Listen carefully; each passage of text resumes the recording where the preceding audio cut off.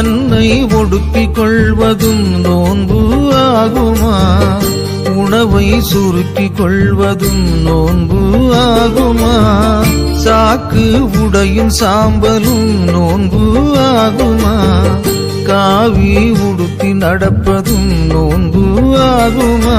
உண்மை நோன்பு எதுவென்று எழும்பும் கேள்வியோ, அது புனித சாம்பல் புதனென்று தொடங்கும் வேள்வியோ? சிலுவை வழியில் உயிர்ப்பை நோக்கி செல்லும் பாதையோ? இதோ புதிய காலம் மிக புனிதமானது, புதிய வசந்த காலம் தவ கோலமானது.